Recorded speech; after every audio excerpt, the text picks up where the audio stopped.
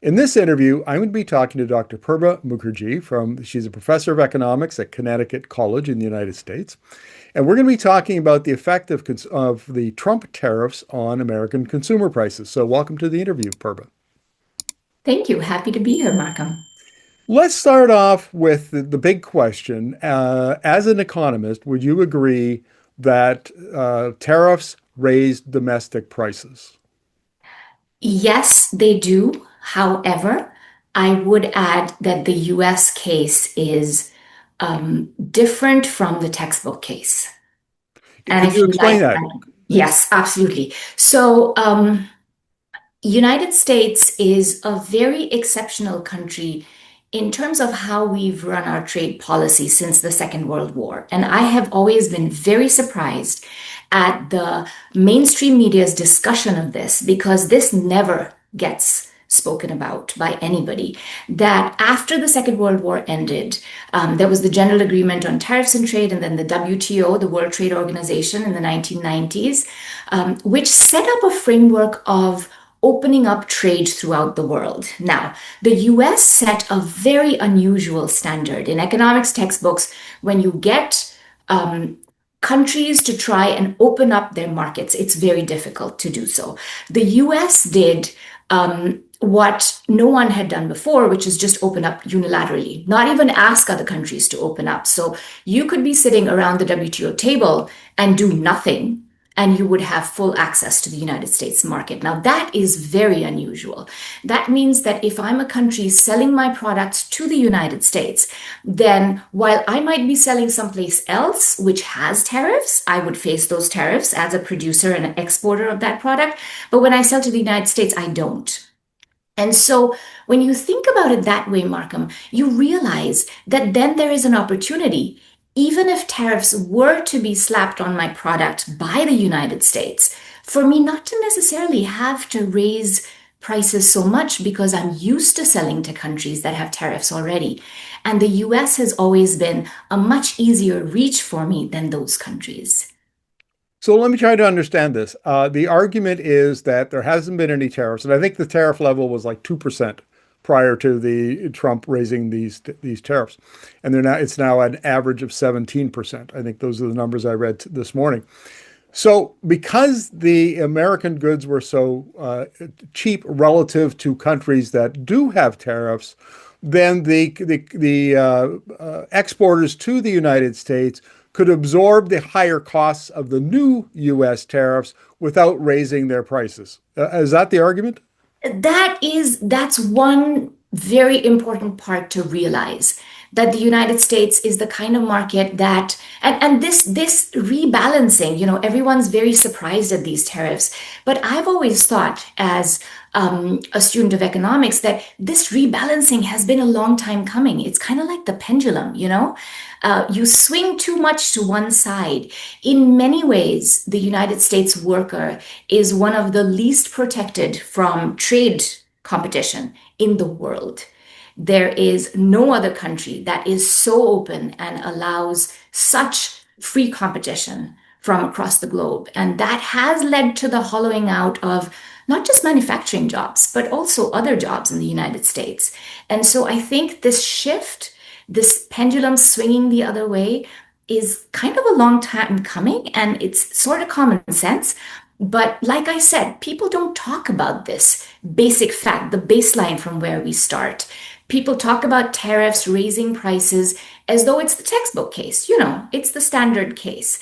But the United States is far from the standard case. And if one is to understand what's really going on and what we can look to in the future, we have to understand that difference. With that in mind, then, would you expect that sometime in the near future, the American consumer prices will rise, or would you argue that because of, the protection the lack of protection and low prices previously, that they in fact won't rise unless the tariff goes up substantially more? Which of those arguments would you make? I would say that the textbook kind of case that people are making, for example, our central bank, the Federal Reserve, has the standard kind of model that they put in. If you put in, 1 percentage point tariff increase, then GDP will fall by 1/10%. That sort of argument comes from this boilerplate textbook situation. And so I would say the former, Markham, what you said before, that I suspect the price rise will be much less than people expect because they're basing it off of a boilerplate situation. And this is far from it. The United States trade policy is exceptional in the world, and people need to understand and talk about it way more. What about now? Now we have heard from some industries, and the solar industry is one that comes to mind, and they've said that already they're seeing higher prices. They no longer have access to cheap Chinese solar panels and other equipment that they require. So is the solar industry an exception, or is it maybe, well, is it as an exception, I guess is the question. Right. So as the data comes in, trickles in, and this is still short term, and there's a lot of uncertainty still about the deals that are being made. There has been some movement in import prices. So this is the price that the foreign producer is charging us. And there's some amount of absorption, like you were saying, some lowering of prices taking place. And so these kinds of, the solar industry, then you have the automobile industry, where the big players have said, some of them have said that they're going to face, revenue losses coming from profit losses coming from this situation. I'm not saying that there won't be any change in prices, but I think that the change will be much less. And so consumer durables, so for example, solar panels would fall into that, is a category that has seen a rise. And economists have linked that to the tariffs.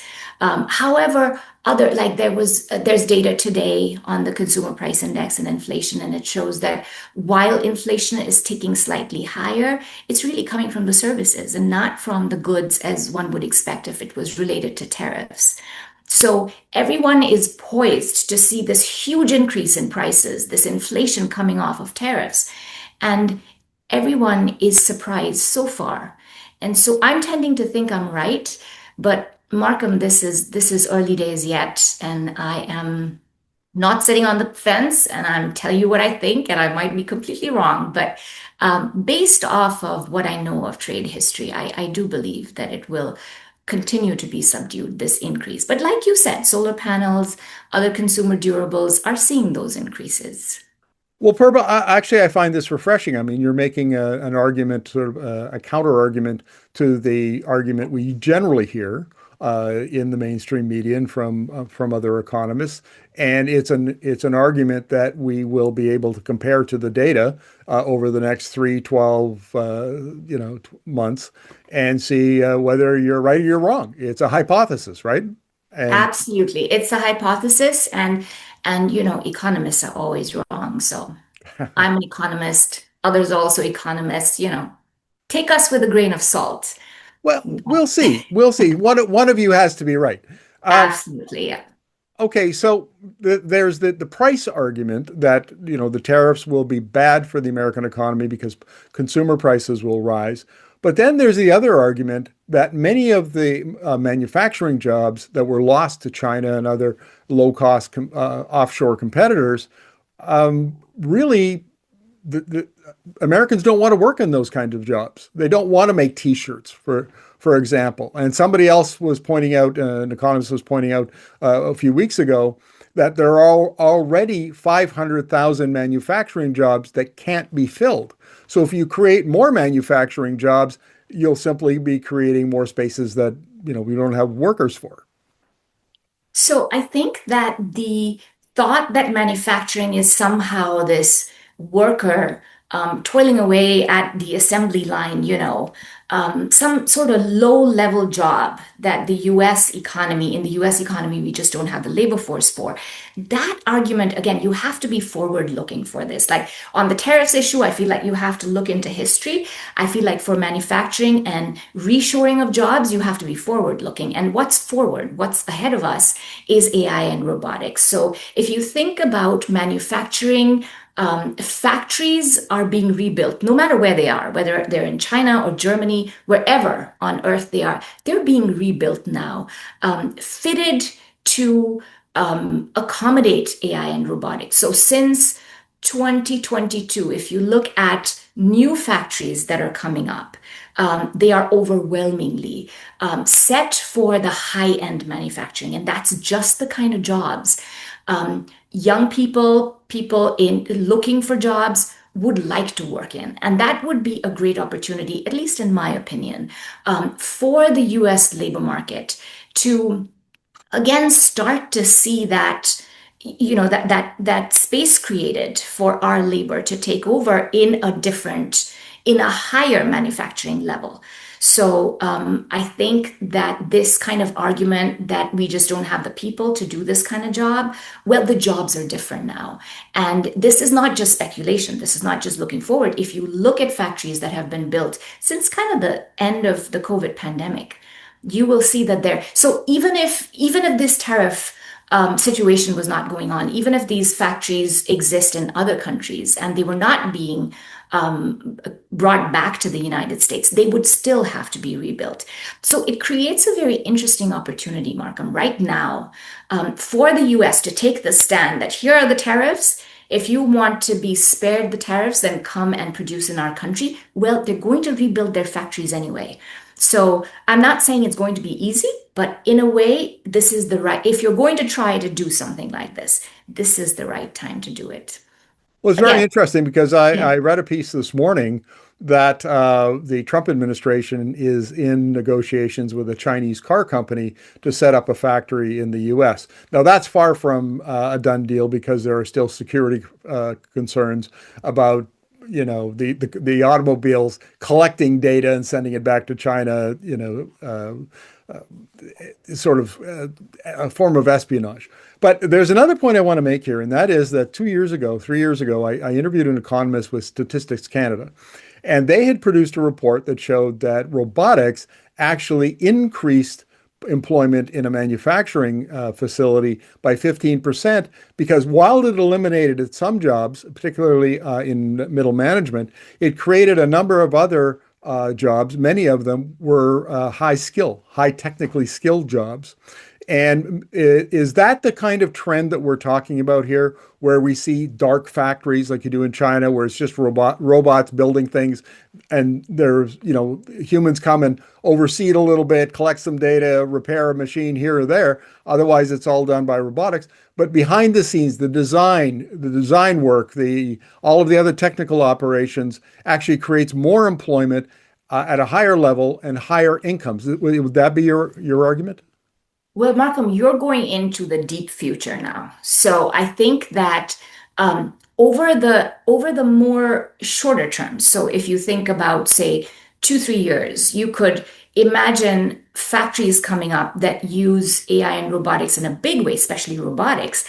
But then you do need a lot of people presence on the factory floor because these robots are not that deft with their arms and legs and being able to do what humans can very easily do.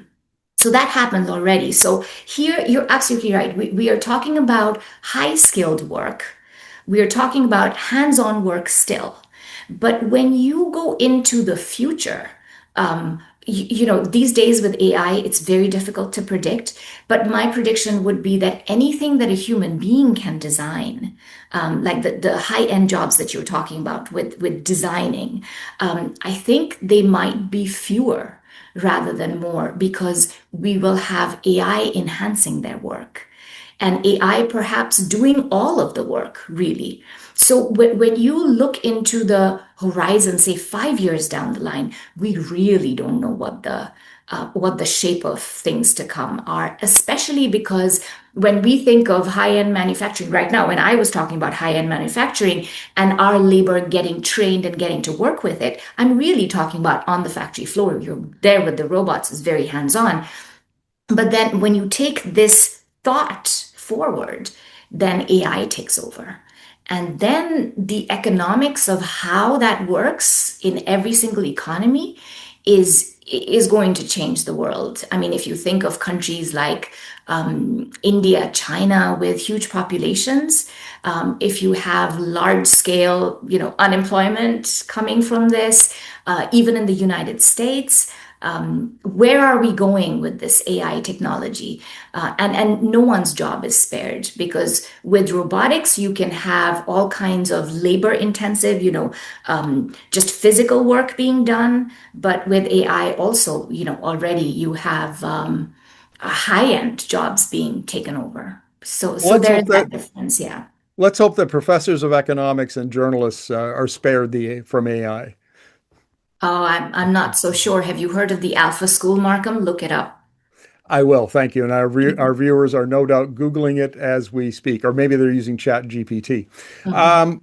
So let's drag this conversation back to the Trump tariffs, because I could see, like, let's assume that your hypothesis is correct, and a someone sitting in the White House says, "Aha, Purba Mukerji, that's a good idea. We're going to start using tariffs as a strategy, and we want to build those high tech industries. Could be chips, for example, could be electric vehicles, could be batteries, whatever it is, and we're going to use tariffs as part of that strategy."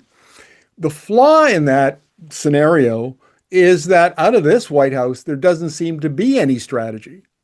It seems to be very chaotic, and what the White House is trying to actually achieve, economists are kind of puzzled about that. So what do you make of that? Well, actually, they made this formula and they made it public. Exactly what they based that, that board that Trump held up with all the tariffs. And essentially, that's a very simple formula that shows you how you would balance trade based on these tariffs. And what level of tariff would get us to a balanced trade? How much ever you sell, you also buy. And so there are no trade deficits for the United States. Um, as far as the chaotic nature of these trade deals, WTO failed to come up with any kind of trade deal, sadly, after it was formed. There were high hopes of it. Because as soon as you have countries negotiating over something like this, it becomes more and more difficult if you ask all sides to give something up. Under the GATT, the General Agreement on Tariffs and Trade, it was much simpler because the United States led the way, said, nobody has to do anything. We are opening up. No need to reciprocate. And the hope was everybody else would follow. And of course, they didn't. And so I think that the fact that so many trade deals are being negotiated in such a small amount of time is remarkable. And I think that it's because people want to just get on with the business. And so the chaotic nature of the trade dealing is not a surprise to me. And I think that the setting up of the tariff and this premise that we have to start protecting the US worker is also not surprising to me. But I think it depends on your political point of view, how you view this, and how much trust you have in the administration. Because I think that if you trust the administration, then you would say, well, they have this aim and they'll figure it out through the trade deals. But if you don't trust this administration and your premise is that they don't actually know what they're doing, then it would seem chaotic. So it's kind of an open question. And I think it's more of a political than an economic question. I'm going to push back on that a little bit, and maybe I am pushing back for a political reason, but I mean, when Donald Trump began negotiating with Canada, he didn't negotiate. He said, "We want to annex you as the 51st state. You're not. We don't even consider you a country. We won't. We'll become a 51st state." And by the way, if you don't do what I say, we're going to apply 50% tariffs here and 30% tariffs there. And if that's a strategy, it's a damn poor one from a Canadian's point of view. And it exactly seems chaotic. And it basically has galvanized Canadians, like 70, 80% just like loathe Trump. So it's not a left, right, center. It's not a Democrat, Republican thing. It's the way the strategy, if there is such a thing, is being implemented by the president and by his government that's engendered this. And I don't think that's a political, it's certainly not a partisan political response to it. And it's in Canada, it's a nationalistic response. We don't like getting pushed around. Nobody does. So I don't know. What do you make of that argument? I think that that sentiment is reverberating throughout the world. If you look at India, which is going to be hit the most by the tariffs, now Canada has had a deal with the United States, and at the end of the day, it's a very practical deal. It has several openings for tariff-less trade. It is a tariff that lets business go on as usual for the most part because of all the loopholes that are in there. For India, which will be hit the most, I believe, as of counting right now, and the same sort of sentiment, nationalistic sentiment, right? Not, buy Indian and, be more self-reliant and not so much on foreign markets. So I think that the fact that these sentiments are coming up are understandable. And one would be very surprised if they didn't come up. And I think that, again, this is the result of pendulums swinging too much in one direction or the other. If you think about why this administration was supported by the American people in the first place, I think at least the economic reasons, if you think about them, they are also based on this feeling of disenchantment with how the American worker has been punished through international competition and not protected. So I completely agree with you, actually, Markham, on what you're saying. And Isn't this there an is argument to be made that the American worker was punished by American companies? Because starting in the late 1990s and all through the 1980s and through the 1990s, I mean, the offshoring, Apple decided to build its phones in China instead of the United States, and it's an American company. It's not like it's a Chinese company that would set out to punish Americans.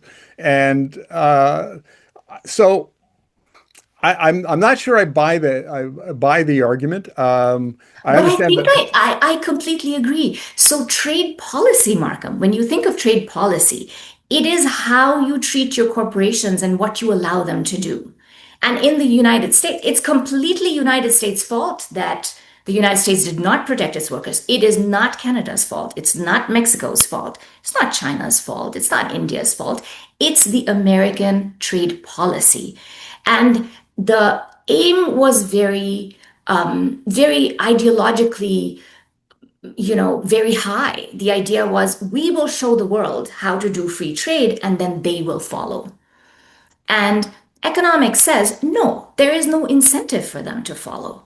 So, and that created that opening for corporations, American corporations, to do things that led to the hollowing out of the manufacturing. There is no disagreement, Markham, between you and me on that. This is not any other country's fault. This is the United States' own pendulum swinging back and swinging back in a way that is hurting the nationalistic sentiments of countries across the world. And that is only to be expected because the speed with which this is being done, the way in which this is being done, it brings out that nationalistic sentiment in everyone. Isn't there an argument to be made that while, yes, the United States has a trade deficit with most other countries, it has a trade deficit in manufacturing and not in services, which is where it is very dominant, and particularly around finance and Advertising. design, Yeah. advertising, those sorts of things. So it's not like like this has been uh, the argument I'm trying to make here, Purba, is the fact that the American economy hasn't simply been punished by these its former uh, trade policy of opening up its markets.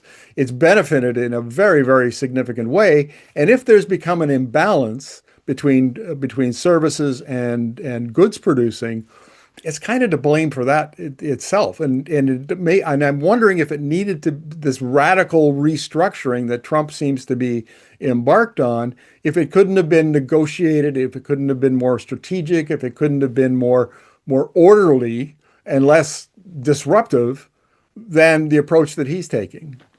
Absolutely. And I think that um, that's the politics of it, Markham.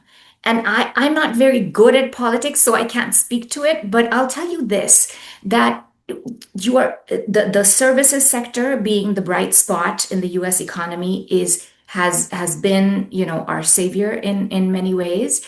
And but again, that has not resulted in saving the labor market. That has not resulted in fixing our deficit. And so the pendulum just kept swinging in one direction, and no one took any sort of measure of it to try and bring back. There was no discussion of this. Even now, Markham, there is no discussion of it. So I think that that is where this political force comes from. But again, I'm not good at politics, so I don't know, but I feel that that's what happens when you ignore a fundamental economic structural problem for a very long time, then things can break. And so, in many ways, this is a cautionary tale to every country in the world that if you let go of some of the basic manufacturing, it creates a lot of problems down the line. In economics, we always teach our students that protectionism is bad. You can depend on the rest of the world to produce stuff that you don't produce. But when it comes to very important things, say pharmaceuticals or aircraft manufacturing parts, it doesn't always work out like that in geopolitical situations. Well, I think I'll close by saying this, and the Biden administration recognized that because early in 2020, I was reading speeches from people like Gina Raimondo, the Commerce Secretary, who were saying that we now understand, thanks to the COVID pandemic, how exposed we are to foreign supply chains, and particularly Chinese supply chains.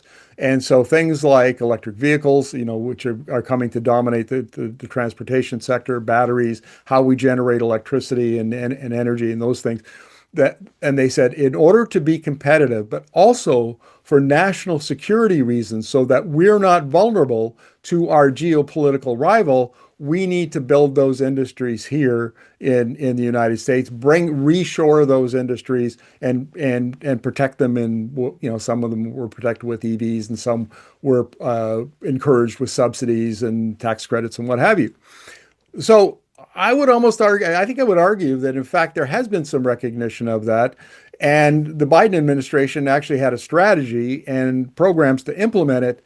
And Trump has done away with all of those and is trying to substitute tariffs to achieve maybe the similar ends. Right. And Uh, I would add pharmaceutical is another big one that okay. I think the United States realized during COVID how hollowed out the pharmaceutical industry is. And if you see in these trade deals, one of the biggest loopholes, tariff-free, are pharmaceuticals, in fact, and strategic things like aircrafts and aircraft parts. So yeah, there has been, and especially given the inflation during the COVID times as well, the So would it be vulnerability fair to to say, supply chains. we're going to have to wrap this up, otherwise we could have this argument all day. But is it fair to say then that putting in tariffs, from your point of view, to encourage the reshoring or the development of strategic industries, and you mentioned a couple, pharmaceuticals and aircraft and so on, is maybe a good thing? Well, I think that you have to have some protection for your workers when the rest of the world has it. And this is a good time to do it, as I was saying, because of the remaking of manufacturing that's going on across the world. If there is an opportunity, it's now. One doesn't know how these things will work out in practice because economics is unpredictable and things are changing so fast technology-wise that it's becoming even more unpredictable. Okay. So it had to be done. Now is a good time to do it. Whether or not the Trump administration with a tariff-based strategy, whether that's the right one and whether they can execute it, that's still up in the air. Absolutely. This is all, in theory, this should work. And now that the trade deals are in place, there are some encouraging signs. For example, in Canada's case, I was very afraid of the worst case scenario, and Canada is our next door neighbor, and that would be very consequential in a terrible way for our relationship. And when I look at the trade deal that came out of it, it was much better than I would have ever expected. So I think that the geopolitical situation will decide a lot of this. And also, even if you get all the trade deals right, I think that again, economics is unpredictable. Real world is very uncertain. So one doesn't know. We need a clarification here because I think the agreement you're talking about is the Canada, US, Mexico agreement that was done under Trump 1.0. Yes, Uh, yes. yes, And so and that was now the with the tariffs, there are the tariff-free trade under the Canada-US-Mexico agreement carries through, and then you have a 25% tariff for Canada, I believe, or is it 35? I think it's 25% tariff for Canada. And there are many exemptions for automobile manufacturing as well. So I think that business as usual can continue with Canada, and I'm hopeful that the relationship gets better and again, a once the trade clarification, deal is done. 96% of the trade under Kuzma is tariff exempt. It's the 4% that isn't that's getting hammered with some of these, and that would include the Yes, steel and aluminum industries, which have yes, had a big exactly. impact on America. Right. So, Yeah. the Canadian and American governments were negotiating a trade deal up until recently. The deadline was August 1st, and Canada essentially walked away. They said we would rather sign no deal or have no deal than sign a bad deal. So we'll see where negotiations go. We're not out of the woods yet between Canada Yes. and the United States. Purba, thank you very much for this. This has been a fascinating conversation, and I'm going to come back to you in the future if you don't mind, because Not at all. since you raised the posed the hypothesis, we should test the hypothesis. What does the Absolutely. data say in 3 months or 6 months, and see where it goes. Yes, yes. It was a lot of fun talking to you, Markham. And please do get back to me again. I'd love to continue the conversation.